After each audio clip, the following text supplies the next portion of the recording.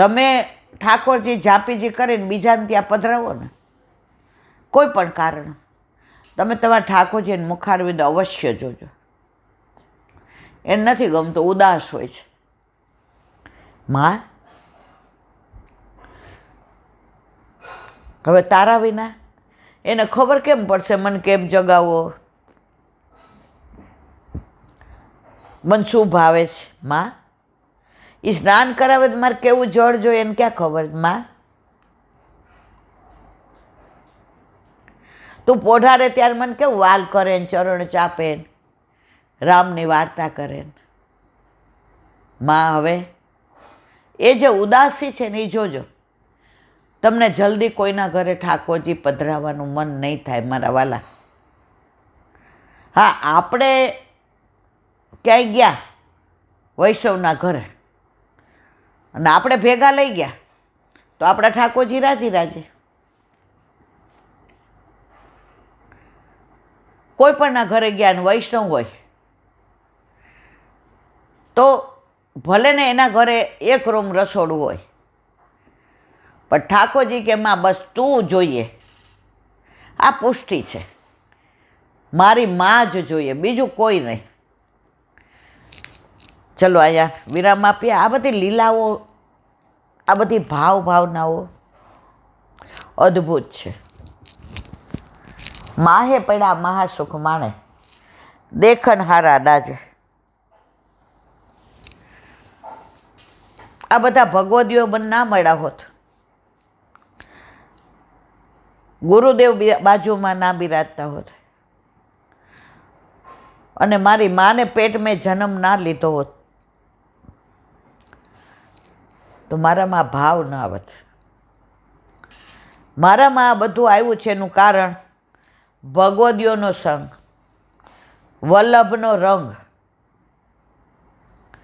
એટલે ભંગ નથી મારા જીવનમાં, નહીં તો ક્યારનો ભંગ પડી ગયો હોય મારા વાલા. તો હંમેશા ભગવદીઓના સંગમાં રહેવું, પણ વંચકોના નહીં. ઓળખી જાજો ભગવદીઓ અને વંચકો. બોલો વલ્લભાધીશ કી. વલ્લભ સાખી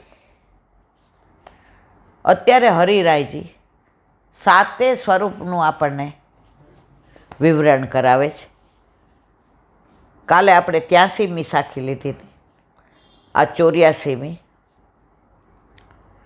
શ્રી દ્વારકેશ તદપાવ મેં ગોકુલેશ વ્રજભૂ અદ્ભુત ગોકુલ ચંદ્રમા મનમથ મોહન રૂપ શ્રી વલ્લભ મનમથ મોહન રૂપ.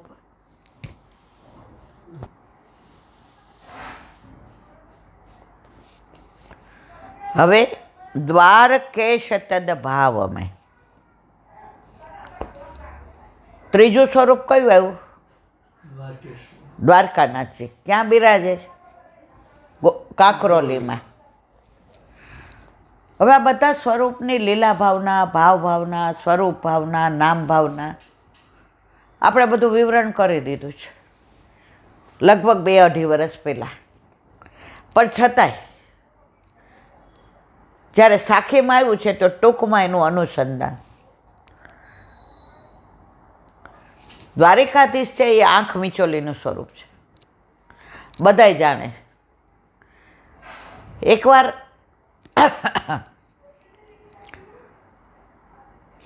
સામનેજી કેલી કરતા હતા બધી સખીઓ સાથે કે યમુનાજી. હવે બધા આનંદ કિલ્લોલ કરી રહ્યા હતા. હવે યમુનાજી આમ બેઠા હતા અને સખીઓ આમ હતી. હવે પ્રભુ પાછળ, અહીંયા પાછળથી કોઈ આવે તો મને ન દેખાય, તમને દેખાય. એટલે ઠાકોરજી જે દ્વારથી આવ્યા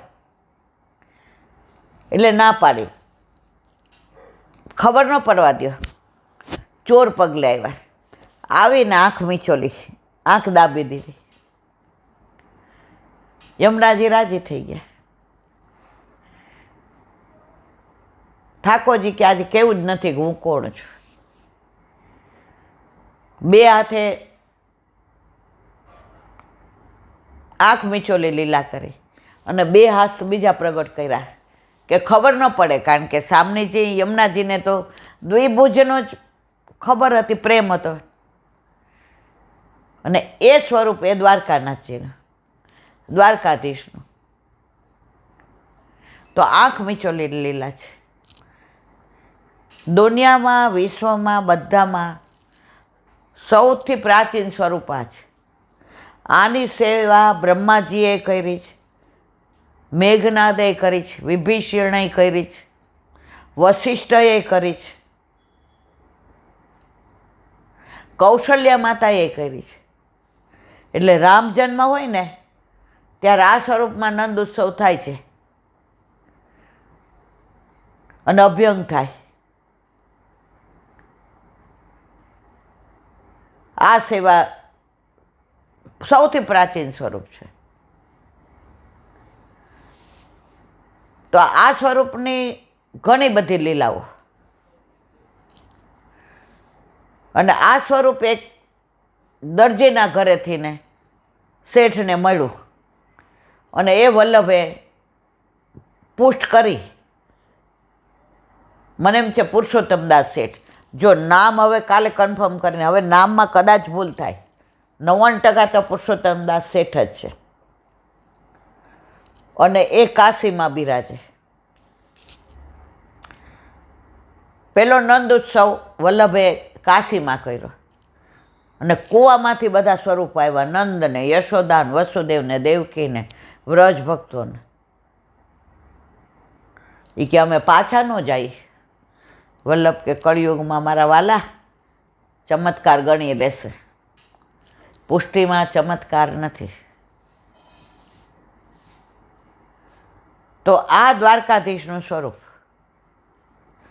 તૃતીયલાલજી, બાલકૃષ્ણજી, જેનું બીજું નામ રાજીવ લોચનજી. રાજીવ એટલે કમળ, લોચન એટલે નેત્ર. જેના કમળ જેવા નેત્ર છે એવા રાજીવ લોચનજી. આની લીલાઓ ઘણી છે, પરંતુ અત્યારે કહેવા બેસીએ તો પાછા 2-3 મહિના એ લીલામાં વયા જાય. પણ હવે નાની એક અનુસંધાન કહી દો કે ઠાકોરજીને એક વાર ગોસાઈજી શ્રૃંગાર કરતા હતા. તો ગોસાઈજીનો હાથ પકડીને કીધું ઠાકોરજીએ,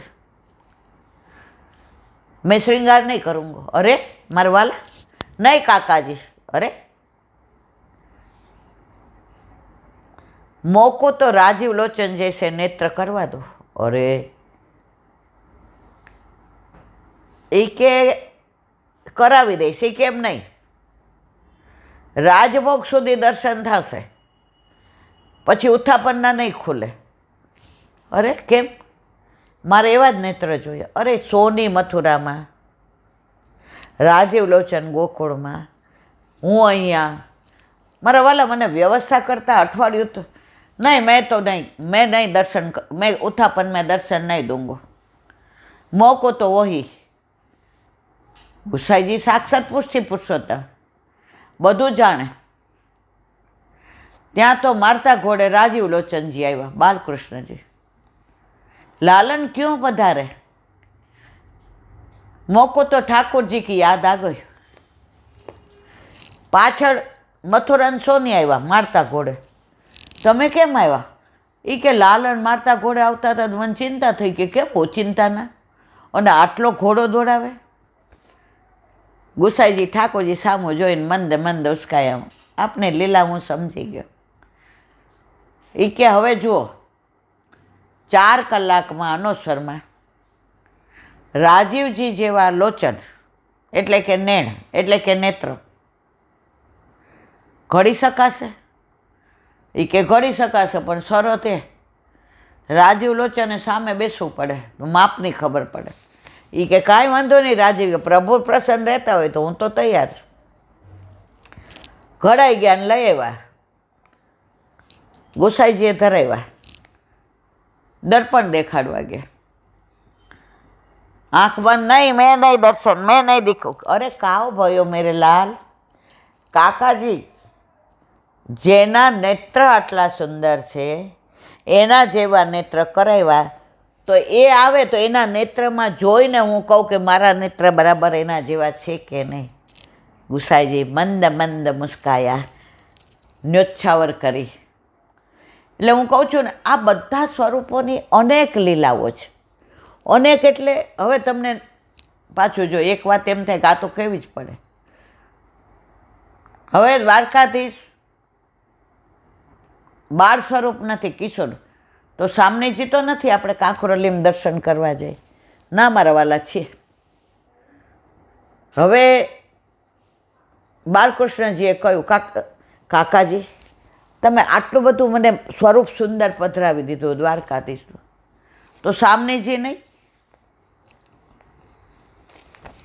ગુસાઈજીએ કહ્યું, આ કંકણ છે, એ માપનું બીજું કંકણ જેના હાથમાં હોય ને એ તારા ઠાકોરજીને સામને જે જા, વ્રજમાં મળશે.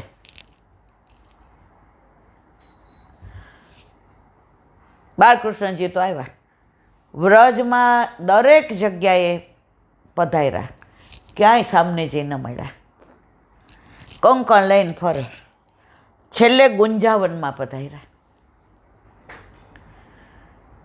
અને ત્યાં યમુનાજીમાંથી ને યમુનાજી સાક્ષાત પ્રગટ થયા અને ઓલું કંકણ એમના હસ્તમાં હતું ને બીજું ધરાવ્યું. યહી મેરે ઠાકોર કે સામને જે 16 વર્ષના સુંદરી સુંદર લઈને પધારતા હતા. વ્રજવાસીઓ બગડાઈ કે એ કોને લઈ જાવ છો? यमुना जी के मैं तो ठाकुर की ठकरानी हूँ, मैं नहीं वाको बोला है. એ સામનેજી દ્વારકાધીશમાં ભીતર બિરાજે છે અને એની સેવા વોજી બેટીજી ભીતરમાં કરે છે. મારા વાલા, દરેક સ્વરૂપની અદ્ભુત અદ્ભુત લીલાઓ છે. આ બધી આપણે 2-2.5 વર્ષ પહેલાં વર્ણવેલી છે. તો આવું દ્વારકાધીશનું સ્વરૂપ કાંકરોલીમાં રાયસાગર ત્યાં બિરાજે છે. એટલે હવે દ્વારકાધીશની લીલાને વિરામ આપીએ. ઘણી બધી લીલાઓ.